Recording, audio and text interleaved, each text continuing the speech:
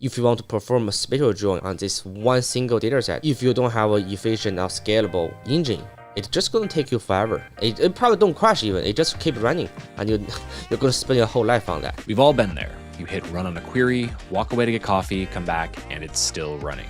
Or worse, your machine has crashed. But what if you need to process not just gigabytes, but petabytes of complex spatial data? Today, I'm sitting down with the person who built the engine to solve exactly that. We started the Sedona project a little bit over 10 years ago. Fast forward to now. So right now, the monthly downloads of Sedona is about like 2 million per month. That is Jia Yu, the co-creator of Apache Sedona and co-founder of Whereabouts. In this episode, we go deep into the weeds of why geospatial data breaks traditional computing models. It is about everything.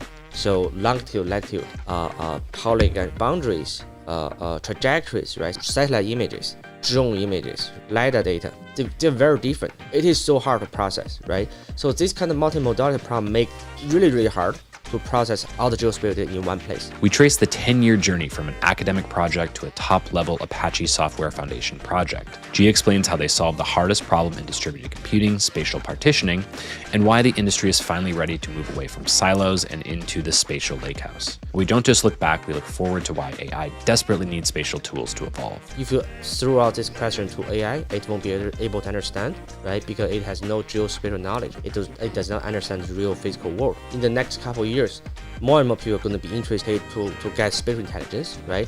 So the tools that can help you drive spatial intelligence are going to be the key. From the architecture of the cloud to the future of AI, the future is spatial. So let's get into it.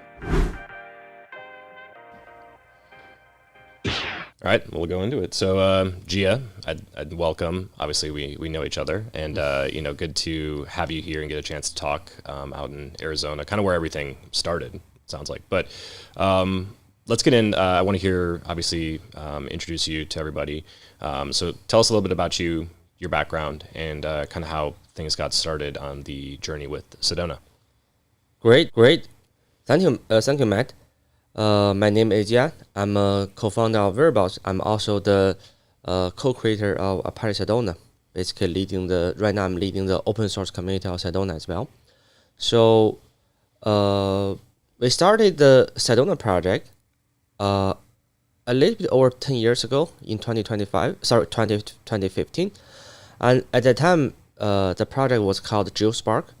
So, at that time I was doing my PhD at ASU, right, together with Mo Saward.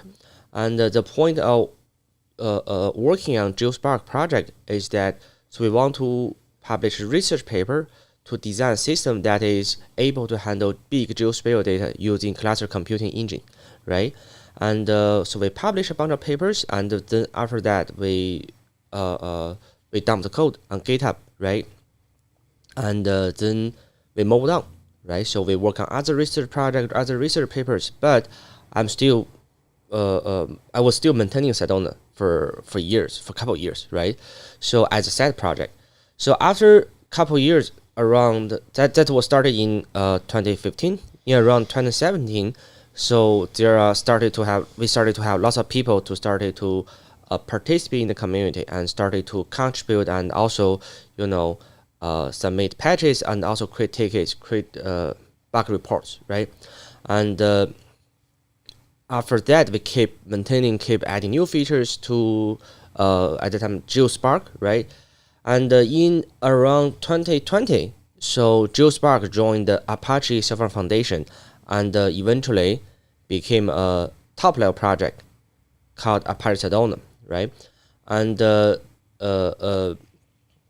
just like other very famous Apache project like Apache Spark, Apache Hadoop, so on and so forth.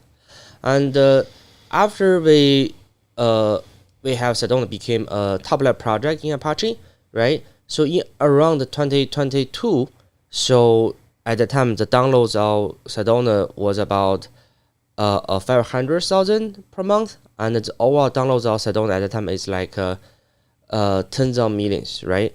So at the time, I already got my PhD, I already graduated. I was a faculty member as well, so I was a professor of computer science at Washington State University. And Mo still was still at ASU at the time as a professor. So we were talking to each other, and we both were busy, right? We figured that, okay, so maintaining Sedona as a side project no longer works, right? We either go big or we don't do it at all.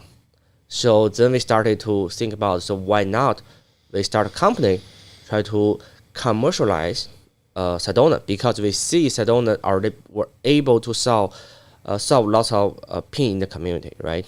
So that's why in 2022, Mo and I, we started the company Wearables, try to build a cloud-native data warehouse for processing geospatial data, right? So that's how we started the company. Now, fast forward to now, 2025. So it has been a couple of years since we started the company. So both the company and the open source software is doing great. So on the open source Sedona side, so right now the monthly downloads of Sedona is about like 2 million per month, which is great. And the overall downloads of Sedona has exceeded about, I would say, 60 millions globally. And also the company is also doing great. We have right now about like 40 people in the company. We have customers from different industrial sectors, right? Yeah, so that's pretty much about the history, how it started. Great.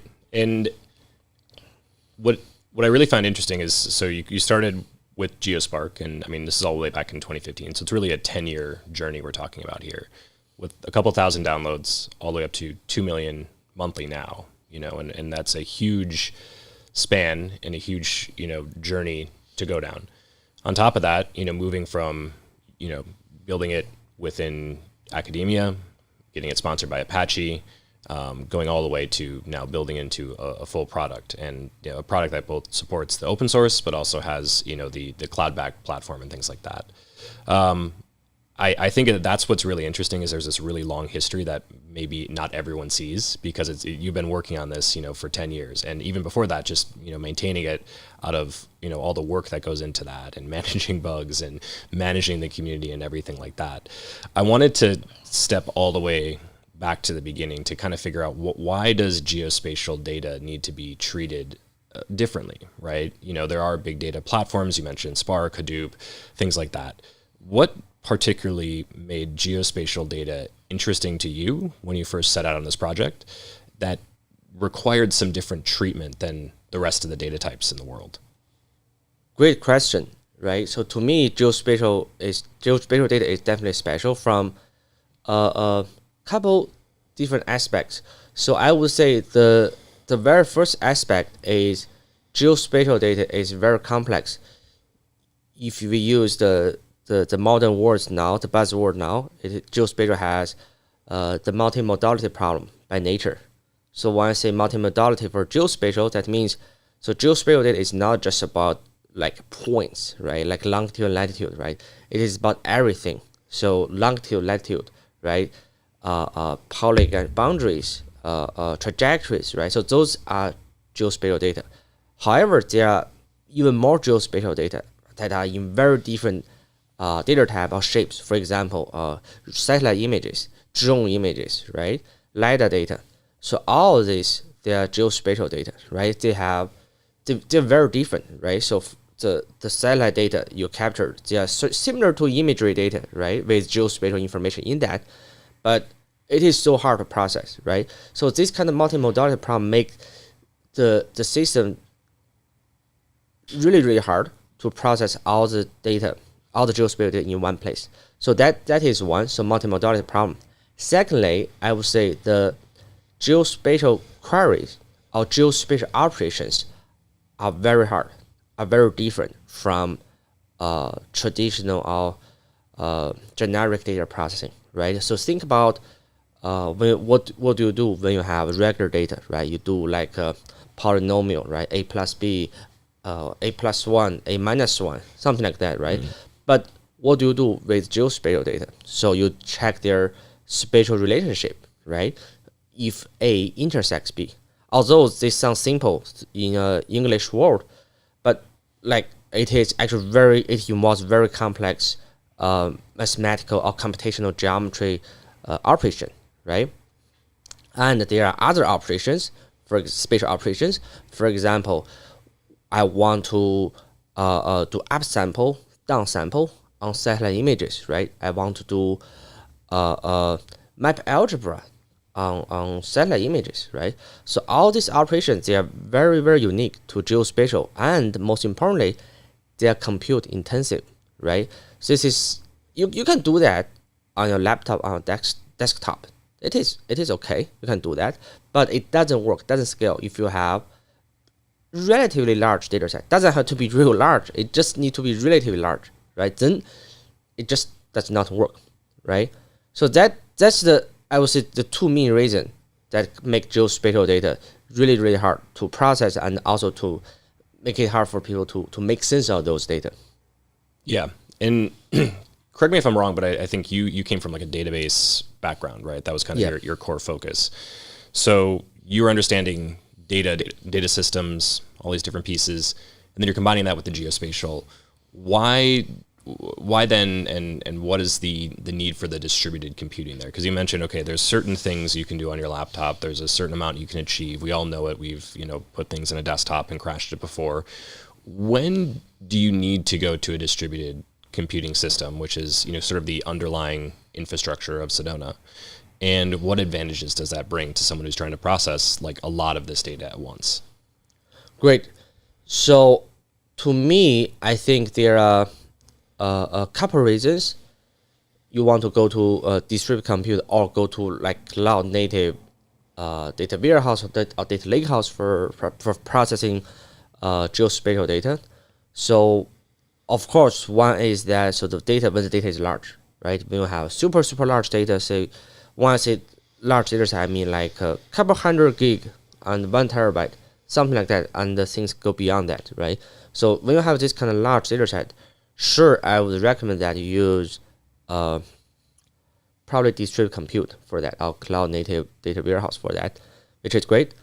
But that's one aspect. Another aspect is if you have super complex operations, right? Remember I mentioned that, so one of the challenge of geospatial data is the geospatial queries or geospatial operation or operators you want to perform, right? So if you want to have, for example, something like spatial join, right? That's a fundamental building block or operator in spatial compute. So even if you just have very small data set, say 1 gig or 2 gig or 10 gig, if you want to perform a spatial join or self-spatial join on this one single data set, if you don't have an efficient or scalable engine, it's just going to take you forever, right? It probably don't crash even. It just keep running, and you're going to spend your whole life on that, right? Yeah, that's my 2 cents. Yeah, it's when I talk to a lot of people about scale in geospatial, like in most cases in the non-spatial world, it's like number of rows or maybe number of columns or maybe some complex data types, right? But when you dig into the data type of, let's just say, a vector polygon, some of those can, like some census polygons are 2 megabytes, just that single polygon itself. Yeah. And then, the number of vertices that go along with that, combining that with raster data, combining that with, the spatial operations you're doing. Are you expanding the geometry, creating a buffer? Are you clipping it? So it's not just number of rows, but, you have to consider the shape of your data, the shape of the individual polygons you're dealing with, how different are they? And I think that's like, when you talk about big data in geospatial, there's it's not just the number of rows, right? That it's kind of a trap that I can kind of see people falling into. But what's nice about Sedona is that the distributed system allows you to move that around efficiently and then really understand the spatial relationship to that data, which is, where a lot of the work that's happening at Whereabouts now is going into. But before, obviously, you started Whereabouts, you had plenty of years just maintaining this as an open source project with a massive community. Lots of people requesting things or, asking for changes or finding bugs and deploying it in different systems. Talk to me, and I think that was probably the first time we met was at one of the Apache Con, what it was called back in the day, but code community over code now. Right. So I remember chatting there, and it was still pretty crazy to me just how many people were there. I think it was in the middle of COVID actually. There was this massive event of open source enthusiasts from all over the Apache ecosystem.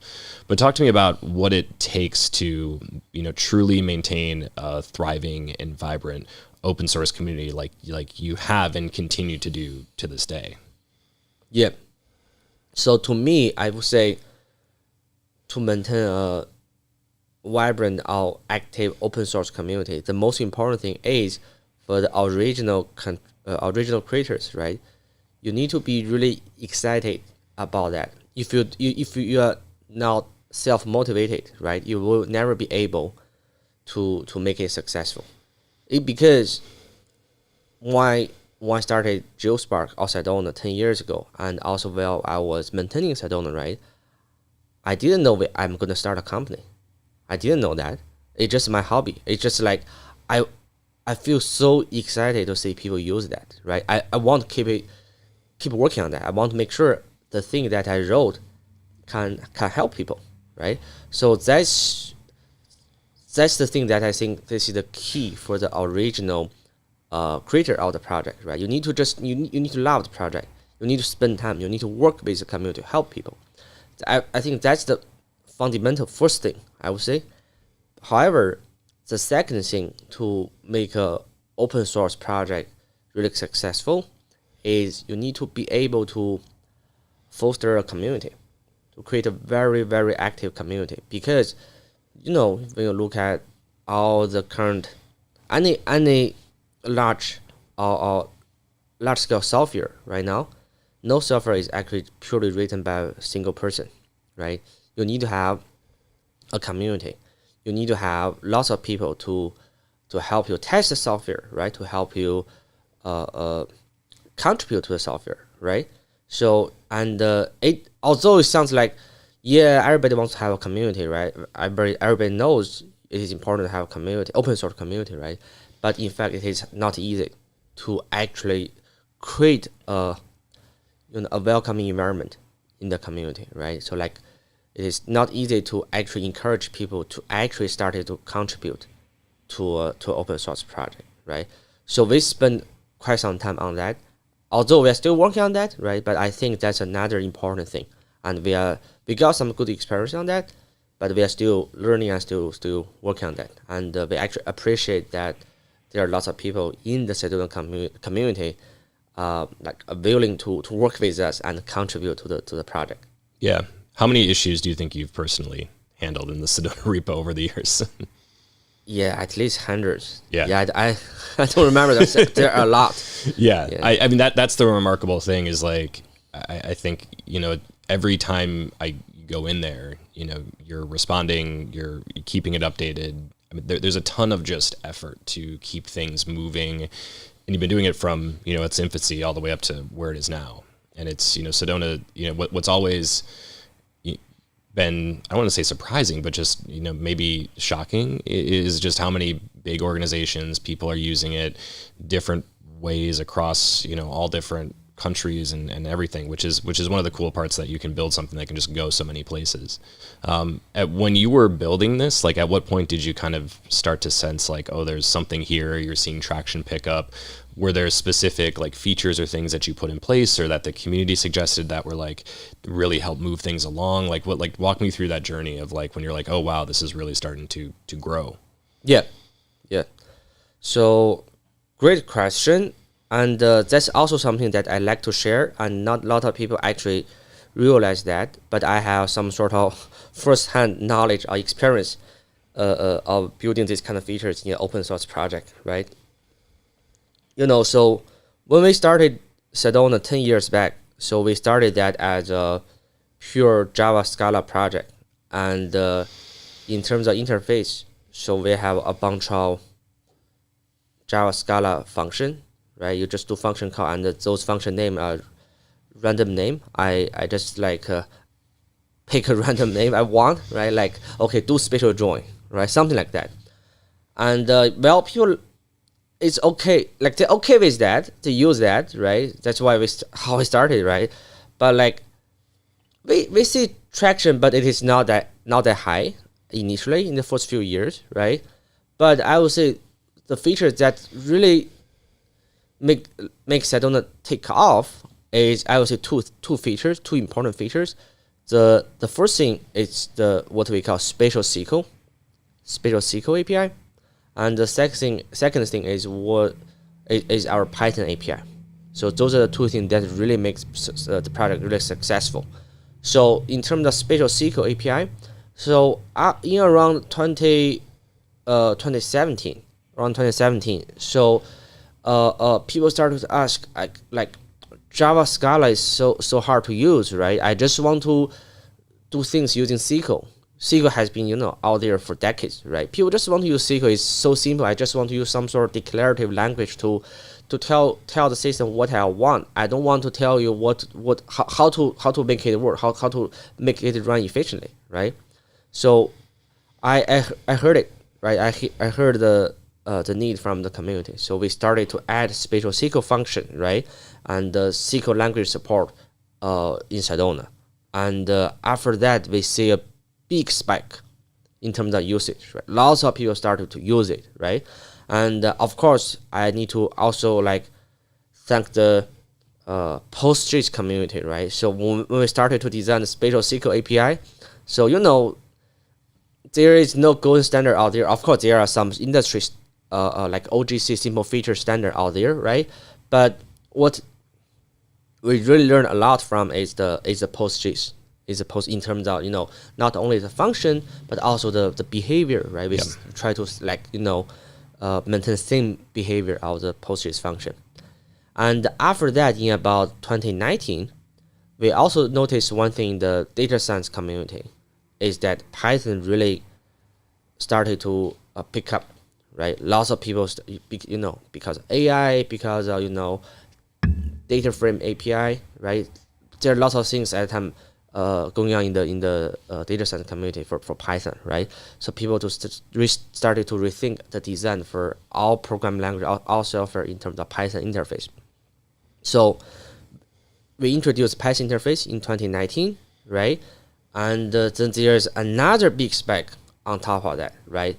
So fast forward to today, right now I would say 80% or 70 to 80% of our users, they're actually using a mix of Python plus SQL, Spatial SQL in Sedona, right? Only about 10 to 20% people, they are using the remaining sort of APIs, Java Scala. We also have R bindings as well. So people are also using R on top of Sedona. But most of people to use Python, SQL, or a combination of both. Yeah. I mean, when I first kind of came across Sedona and I saw it was Scala and Java, I was like, that's above my skill set, But then I was, as I was watching things, once you add SQL and then once you add Python, that's when things they become a lot more accessible, right? And then, the other part is the back end, which we'll talk about in a minute, like the underlying, the compute, all those different pieces. But just the ability to I used Postgres for many years, and you can write a lot of, the same exact functions in a very similar way. And that makes things a lot easier. Of course, with Python, it almost, it's a little different, because it's using some, kind of conventions from Spark and things like that, but it's data frame at the end of the day. You can do a lot of those things. And then, of course, the last piece is how you, move this down into the compute layer underneath, right? Which is, for a lot of users, Spark underneath Sedona. So I wanted to talk about that, which is, once just the programming interface is one piece, and that helps people use it. It's interoperable with their workflows. It's things they understand and can use. But going down to that distributed compute layer, that's where things really start to take off and go fast. So I want to talk about, just kind of break down, okay, what does that look like, for people who maybe haven't used Spark or haven't used a distributed computing system, like what's happening under the hood there? How is the data getting moved around and what's taking place? And then more importantly, what are the considerations you need for something like that with spatial data? Cool. Great question. So I think for a distributed system to work, a distributed compute system to work, a cluster computing engine to work, I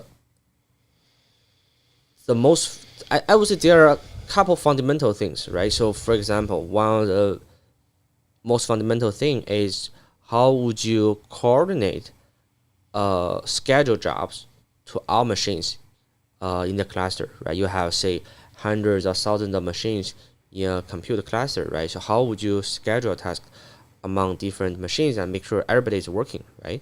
So gladly, so when we designed Sedona, right, we were able to leverage the computing framework from Spark, and we also use Flink, also use Snowflake to handle those issues, right? So it is working fine. But on the other hand, another big problem for a distributed compute or cluster computing engine is that how would you divide the work? How would you so think about you have big project, right? Now you have 10 workers, right? 10 machines or 10 workers to help you.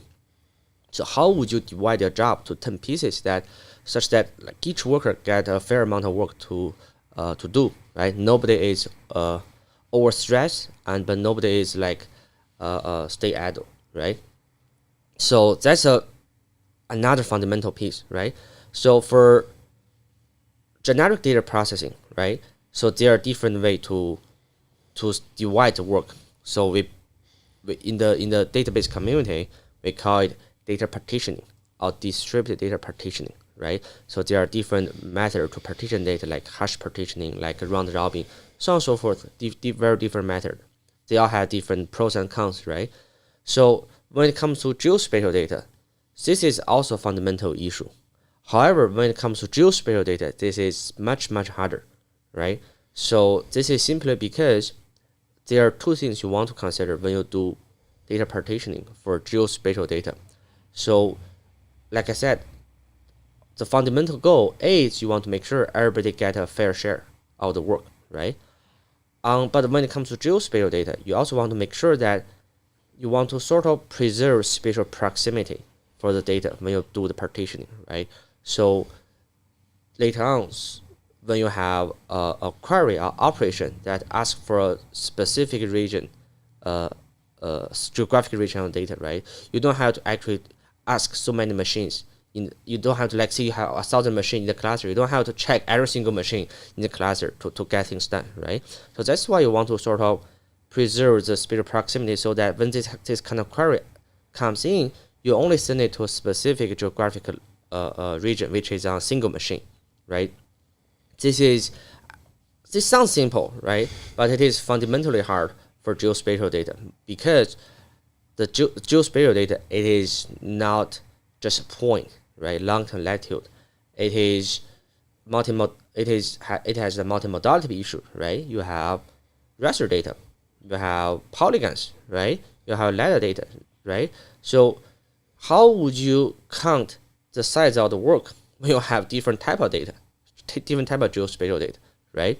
And how would you separate geospatial data if you have very weird spatial, actually not, I would say weird, right? There are lots of geospatial data. You think about the boundary of the United States, right? And compare that with the boundary of another country in the world, right? So say South Korea, right? So they are both at a country level, but of course USA boundary is much larger than the South Korea one, right? Now you sort of need to put both in the same data set. You need to have some sort of query to query both of them. It is extremely hard to actually partition them into the same geographic region, different machines, right, based on their geographic location. So that's the second fundamental thing. I would say that's the core of a geospatial aware cluster computing engine, distributed computing engine. Yeah, I mean it's. I remember looking at, there's some different blogs you put out and articles and of course, papers and just to call this out, I know you guys recently got a really big award for this, the 10-year kind of, history of Sedona and everything like that. So congrats on that, first of all.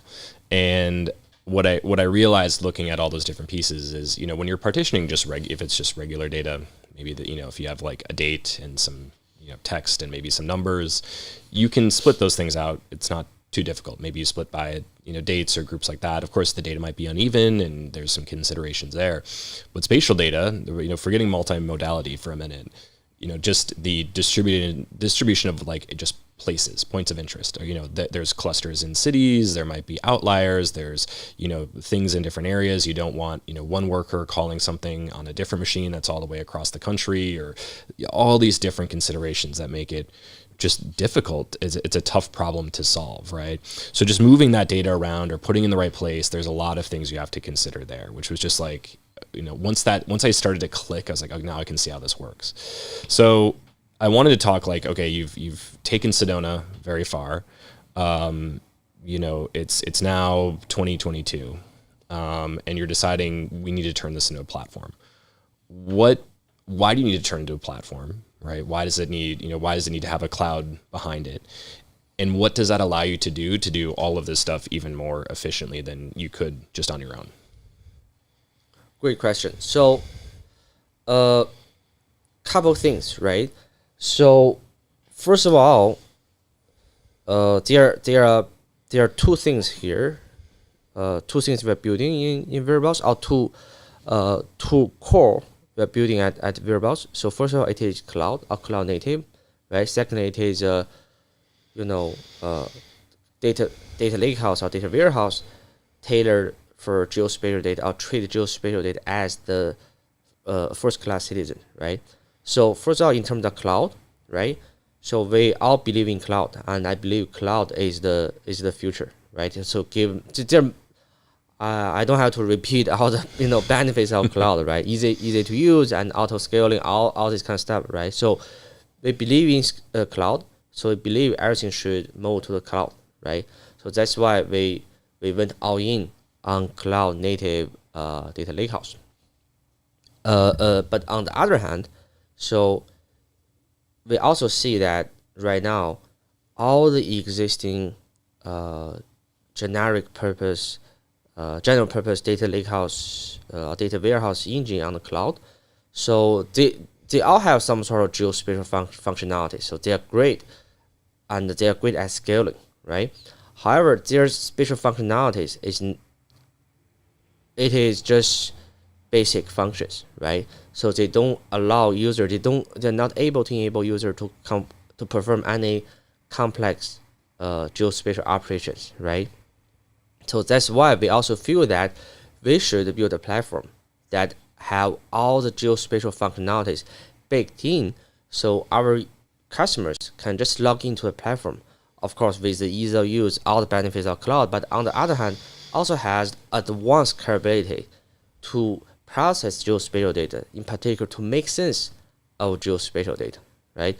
So that's why I think why we decided we start a platform, our SaaS business, to actually like this, right?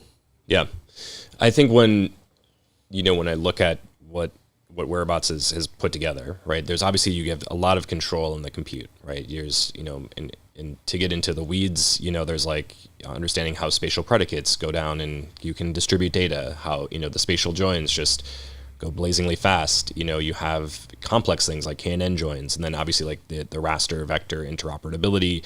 All these things go just quickly because the cloud system that you built understands spatial data, right? That's to oversimplify it, right? All of the compute understands what's happening with spatial data and knows where to send it, and all the stuff we just talked about can happen really efficiently. But then there's a second piece that was the lakehouse, right? And I've talked about data lakes. Lakehouse adds kind of the management or architecture. Obviously, you've also made a big push on Apache Iceberg and getting geometry types adopted there. And I think V3 has been out for a couple months now, which has the geometry type, and we're seeing other platforms upstream start to adopt that. Which is, I think, what's really cool is if you have an Iceberg table that has a geometry, you now have basically zero ETL into these other systems, which is going to be a really good vision for the future. There's no data transfer. I just point my other system at the tables and it works, right? Which is really interesting. But I want to talk about, kind of why, what's your vision for the spatial data lakehouse? And why is it taking so long for the Lakehouse to get, or like geospatial to get into the Lakehouse, right? Lakehouses have been around for, several years now. They've, worked across many different systems, different, people push those forward. But why is like spatial just now in 2025 showing up in, the Lakehouse? Yep. I think there are couple of reasons, right? So first, let's take a step back and look at what's the definition of a lake house, right? So I would say there are two fundamental things in a lake house architecture. So first of all, you have compute and storage decoupled architecture. So that's one. Secondly, another requirement for a lakehouse architecture is the data has to be stored in an open data lake format, right? So there are a couple of open data lake format out there, such as Apache Iceberg, Delta Lake, and also Hoodie. There are a couple more out there, right? So for the compute and the storage decoupled architecture, it is people understood that, and I don't think it is a blocker, or it is actually hard for people to actually adopt geospatial data there. But what was really hard for people to actually use geospatial data in lakehouse architecture is the open data lake format. That is the part that is really, really hard. So first of all, there are a couple of reasons behind that, right? So first of all, in the past few decades, geospatial data is great, but everybody says geospatial data is special. Of course, I agree, it is special. That's why we need a special tool for that, right? But geospatial data shouldn't stay in data silos, right? They shouldn't stay in a number of weird proprietary formats, right? And here and there, right? And if you are working in the geospatial area, you know what I'm talking about, right? Think about the GDAL, right? Think about how many data drivers it has, like hundreds, right? It's just to read all sorts of weird formats, right? So this thing make it really hard to actually have all the data stored in a single place. It is really, really hard because you even need a driver, hundreds of drivers to understand data formats, right? And on the other hand, another big part is that, so when you say open data lake format, right? So what does open mean here? So the open here, there are a couple of things. First of all, definitely it is open source, right? However, another thing is it needs to be under open governance, so that, because think about that. So when you store things in an open data lake format, right? You'll be able to use multiple engines, different engines, to read and write the same table and to operate on same piece of data, right? So that means all these engines, the BigQueries, Databricks, Variables, Sedona, right? Also, these engines, they need to agree upon the same standard, right? They need to all be able to operate on the same standard, such that you don't have to copy data again and again. So that's why actually people need to reach consensus on the data format, right? And when it comes to geospatial data, it is about how you store geospatial data in the open data lake format. And there must be a standard. There must be a protocol that everybody agrees upon, right? So it actually took us lots of time to actually bring geospatial data into an open data lake format. So you mentioned Iceberg, right? So earlier this year, we managed to push geospatial support into Iceberg V3 spec, and after that, other popular open data lake format also followed up, including Delta Lake, including Duck Lake, right? So they all follow the almost identical spec we have for geospatial data in Iceberg. They just take that and put it there. So looks great, right? But do you know how much time it took us to actually bring it in? Couple years, just couple years. Although when you look at the spec, it's just like WKB, it's just like geometry data type, CRS, this thing that we already know, right? But surprisingly, it took us a couple years to get there. So first of all, we have a prototype, right?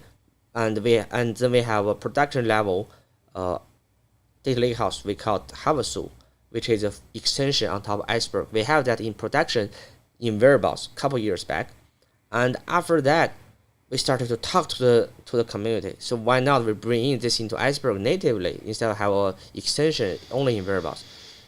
And there are around 10 different companies come in, and we have lots of meetings, spend lots of time to discuss. So what should go in, what shouldn't be included, right? We spend lots of time on that. Couple years again, and finally in 2025 we are able to make it to get into the Iceberg format. So as you see here, so it is a discussion and the collaboration agreement, right, among all parties that actually take time. And because GeoSpirit is hard, it's not easy to understand, we need to actually sort of teach all the different parties, different companies to understand the characteristics of GeoSpirit. Then we can have they all agree upon the protocol. Yeah, there's when you realize how much discussion and time and thought went into all the work to get it there, like it really starts to like it's pretty crazy. And there's all these other parallel efforts, of course, you know, with Parquet and GeoParquet adding that spec and support, even things like Arrow and all. There's lots of other kind of peripheral efforts that are helping grow things and stuff like that. And then you mentioned other engines, right? The fact that one table format can read into multiple different places, be it Sedona, be it Wherebots, be it, you know, upstream data warehouses, you know, all these different places, is that alone is just a pretty remarkable thing. And I think that's the vision that like really kind of blew my mind, is to, you know, to say, you know, I have this remote data that's sitting on some bucket somewhere.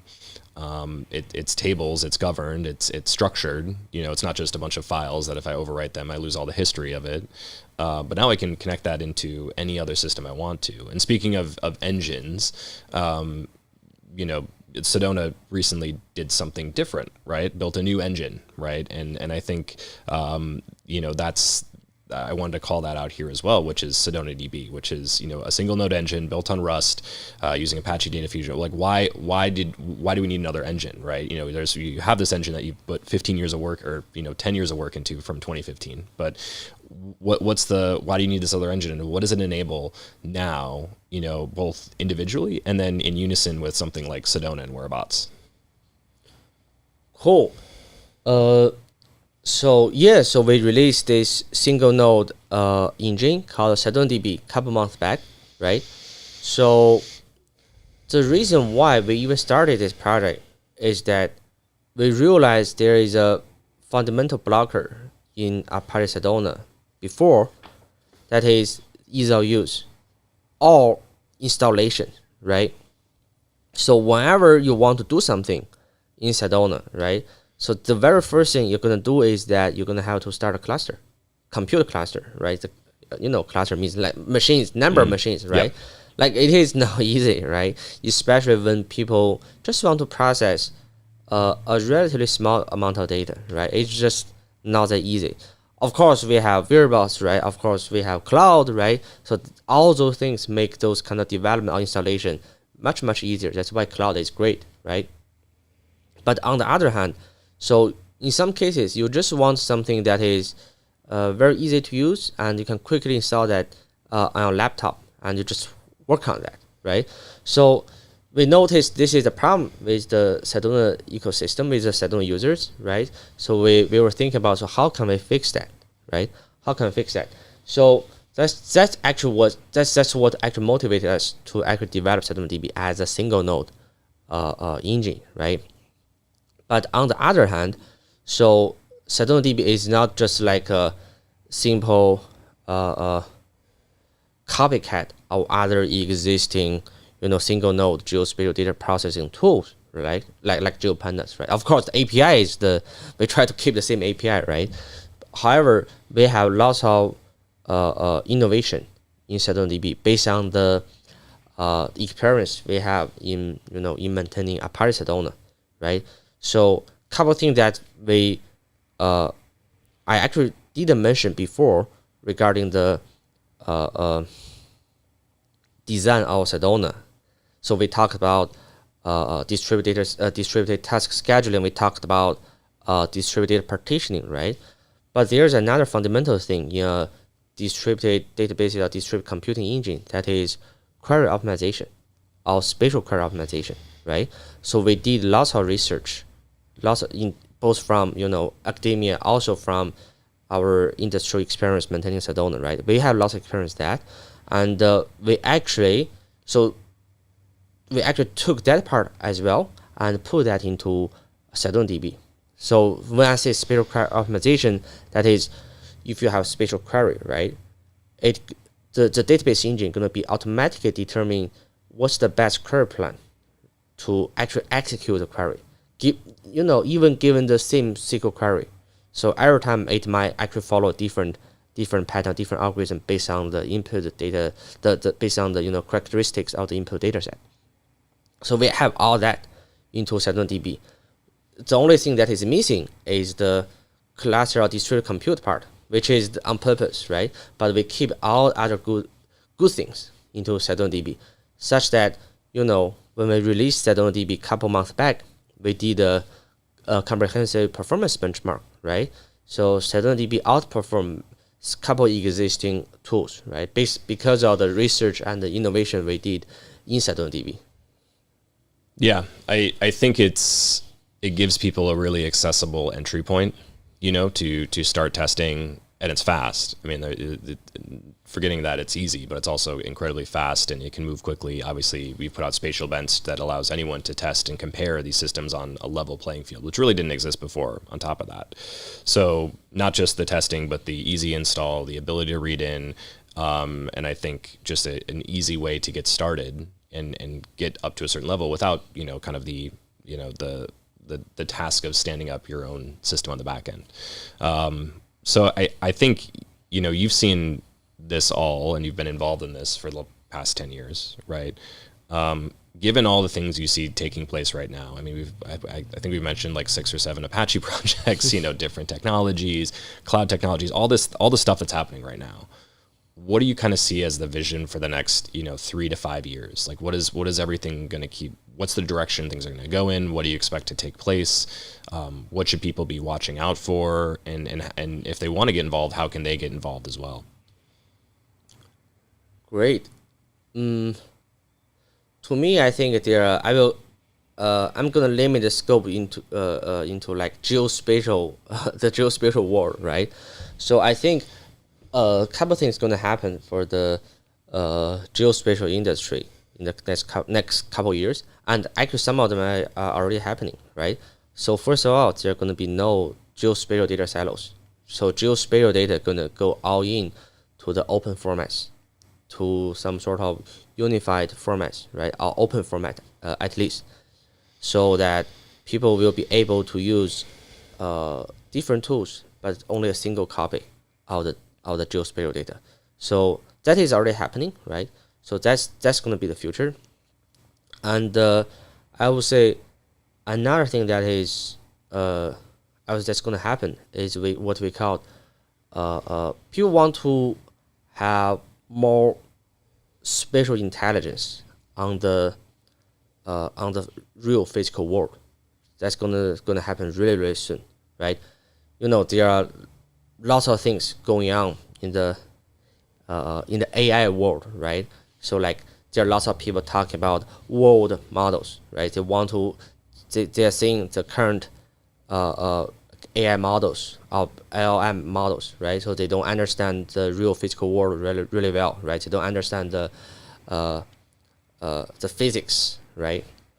So that's actually the reason why you're gonna need spatial intelligence, and that's why actually more and more people are gonna need spatial intelligence to understand the real physical world, right?